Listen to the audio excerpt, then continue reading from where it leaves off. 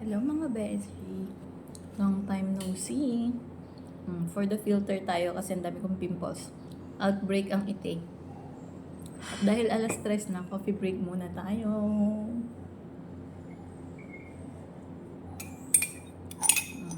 Siyempre, dapat may tinapay. So, ayun. Matagal din kaming hindi natenga dito sa shop. Lagi kami sa labas, kaya hindi na ako nakaka-video, hindi na ako nakakapag-marites. Ngayon lang ulit. Kasi hindi pa natatapos ni Habi yung ginagawa niyang molde. Minamadali na niya kasi nagmamadali na yung client. Hindi pa naman pumasok yung operator niya. So, siya na lang gumawa. Kaninang umaga pa yan, ang aga-aga niya nagising nagmamasin. Tapos yun, di ba ang pagkukwentuhan natin habang yun. Kwento ko yung nakipaglibing kami tsaka nagpadasal kasi namatay yung tito ng asawa ko, bali kapatid ng papa niya yun. Noong May 12, namatay.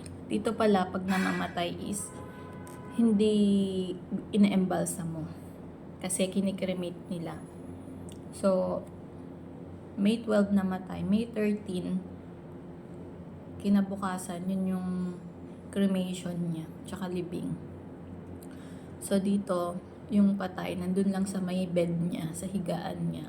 Nakahiga lang siya doon, tapos tinatakpan lang siya ng silk na kulay pula na parang kumot na may maraming magagandang design.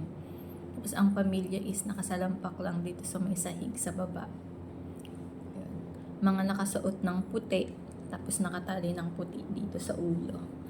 Tapos kami na mga second family is nakasuot din ng puti, tapos may nakatali dito sa braso namin na telang puti din, na yung dulo is sinoke siya sa kulay red na pangkulay, para siyang mukhang blood stain siya, ganun.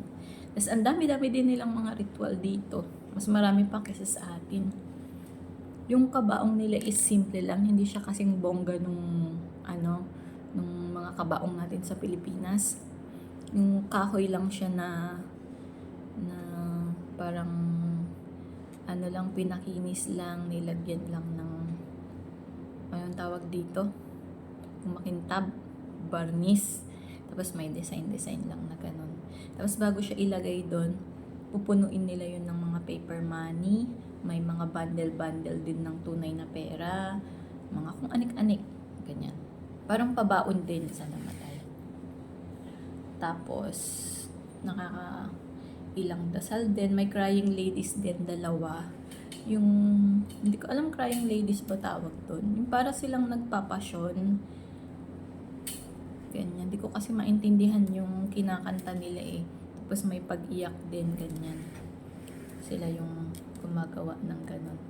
Tapos, sa araw ng libing, imamarcha muna yung kabaong, tsaka yung may mga parang maliliit na mga bahay-bahay na ganun. May mga offerings ata yun, ganyan. Tapos may mga malalaking flowers, no? Corona ng mga flowers, ganyan. Tapos ang daming nakikipaglibing kasi buong village talaga pupunta. Yun ang nakita kong maganda dito. At dito buhay na buhay ang bayanihan. Na parang nawawala na nga sa Pilipinas yung bayanihan natin. Dito, buhay na buhay. Ewan ko lang sa ibang lugar kung parehas din dito.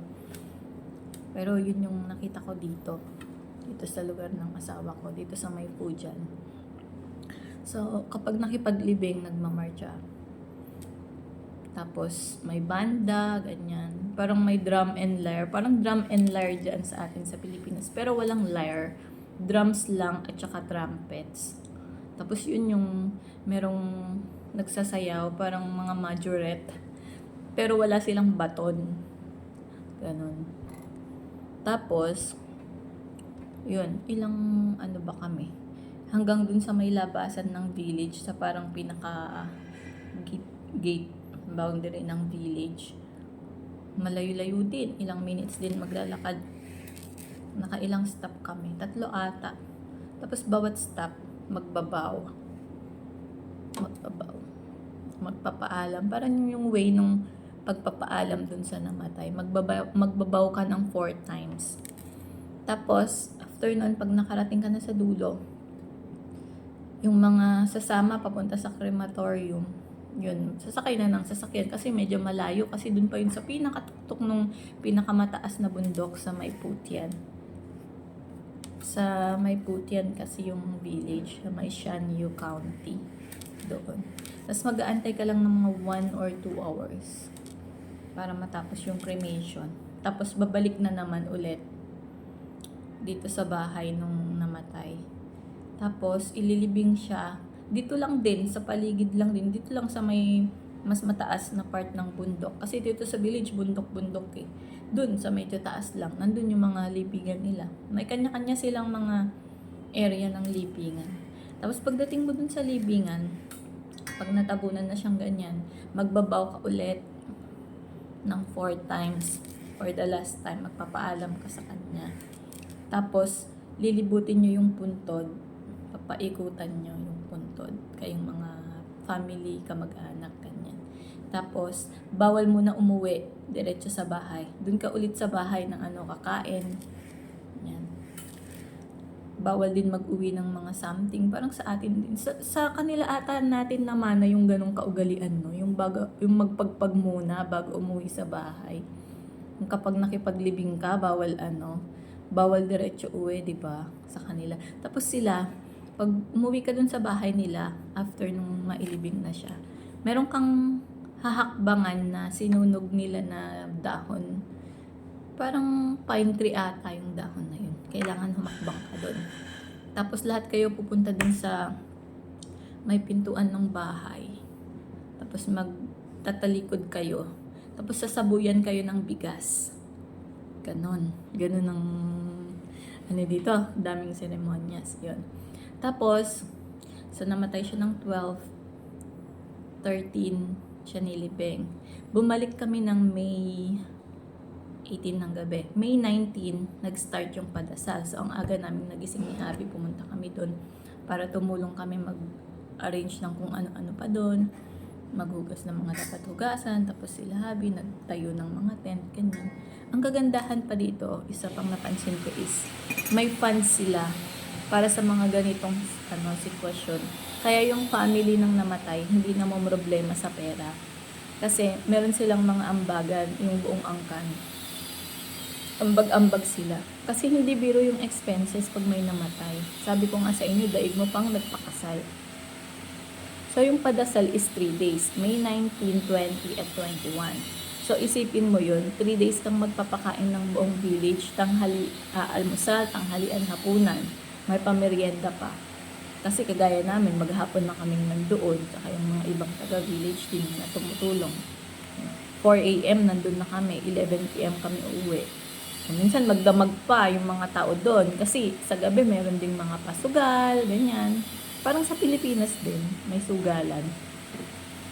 Yun. Tapos nung 3 days na yun, syempre, dasal-dasal, nandyan yung mga shaman or mga pari ba yun. Basta 4 sila, yung isa nakasuot ng red, tapos yung 3 nakasuot ng dilaw. Na nagdadasal sila, tapos nagtatayo sila ng bahay na papel na ang ganda-ganda. Ay, teka, ipapakita ko. Parang na-videohan ko yun eh.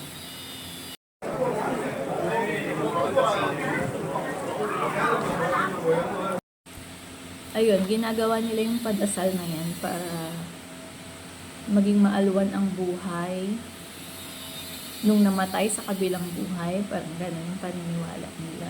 Tapos meron din pala kaming yung kawa.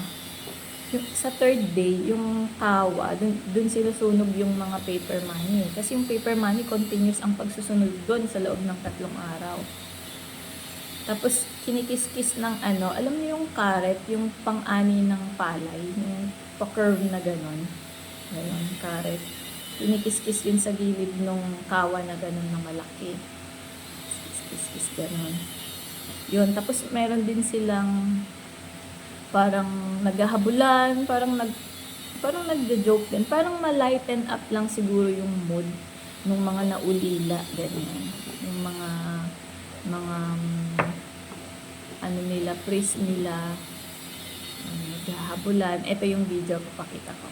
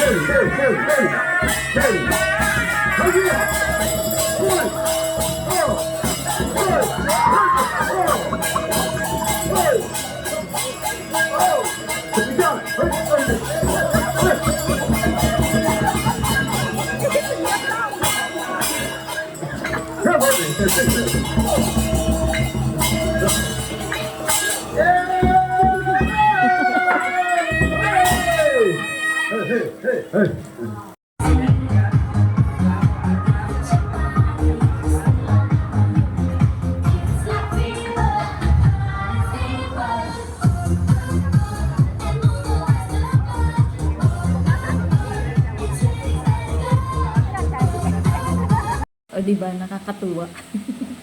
Tapos sa third day, ayun, nandun na naman ulit yung mga banda, yung mga dancers. Yan, may tugtog, mga masasaya. Kasi parang yun na yung 3 days na padasal na yun, yung pagpapaalam sa kanya. Siguro aakyat na siya sa langit, pupunta na siya kung saan, ganyan. Tapos meron din pala, after magdasal ng shaman, hinagis niya yung may mga parang puto na may coins doon. Hinagis niyang ganon. Tapos yung mga candies, mga biskuit, ganyan, mga tinapay, naka-plastic yun, hinagis ganon. Tapos yung mga tao nagkukuhaan, parang paagawan, ganon. Tapos yun, dito umulan o umaraw man, nako, no excuse. Lahat talaga pupunta para makipagpadasal. Tapos, yun nga, yung last day na yun, mamarcha na kayo, buong village na. 3 yung templo dito sa village eh. Lahat yun pupuntahan nyo para magdasal. As lilibutin nyo ang buong village. Diba? Ilang oras din yun. Siguro may mga 1 oras din yung kami naglalakad.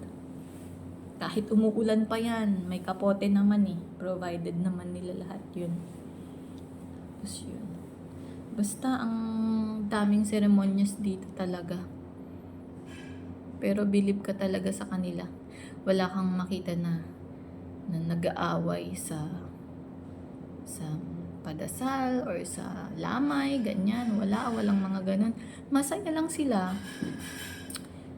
Ganyan. Walang nagsusumbatan, ganyan. Yung asawa ko, siya yung treasurer ng angkan nila. So, siya ang may hawak ng pera. Nililista niya lahat ng ang dami niyang listahan. Siya yung for the lista na gano'n. Tapos yung mga nagbibigay ng offerings, ganyan. Nakalista lahat yan. Ganyan. Tapos yung mga babayaran, siya nagbabayad sa mga dapat bayaran. Yung mga crying ladies, yung dancers, yung kung ano-ano pa. So, mahalaga talaga ang pag-iipon sa kanila kasi sa ganitong sitwasyon. So, kaya pala sila, matipid talaga sila. Kasi pinaghahandaan talaga nila yung mga rainy days. Sabi nga, save for the rainy days. Ganon sila. Di kagaya nating mga Pinoy na makahawak lang ng konting pera. Ala, 1 day millionaire for the bili ng kung ano-ano. Ganyan. Sila hindi. Ang asawa ko nga, ilan piraso lang yung damit niya, luma pa yung iba. Kung di ko pa sabihin, bumili ka na ng bago mong damit. Hindi, yun at yun ang sinusuot niya. Hanggat hindi yan gula-gulanit, hindi papalitan. Hindi sila mahilig sa Siguro, not unless kung mayaman talaga, yan. As in yung mga big boss na talaga, yan, sila yung mga maraming Pero pag mga normal na lang, na simpleng tao lang, kagaya sa asawa ko, mga taga-village lang, ganyan. Mga karamihan sa kanila, mga normal lang na mamamayan dito sa China. Ganun sila, mahilig silang mag-save, matipid talaga sila. Hindi sila bumibili ng mga bagay na hindi kailangan. So, ayun. Dami palang ritual, no? Dami nilang ritual at nakailang dasal, nakailang vow. Yun lang yung na-experience ko dito. Sa iba, hindi ko alam kung ganun din. Kung kagaya din dito yung So, ayun. Ako'y magbababay muna at dami ko pang gagawin. Kailangan natin mag-work para tayo ay may May pang shopping.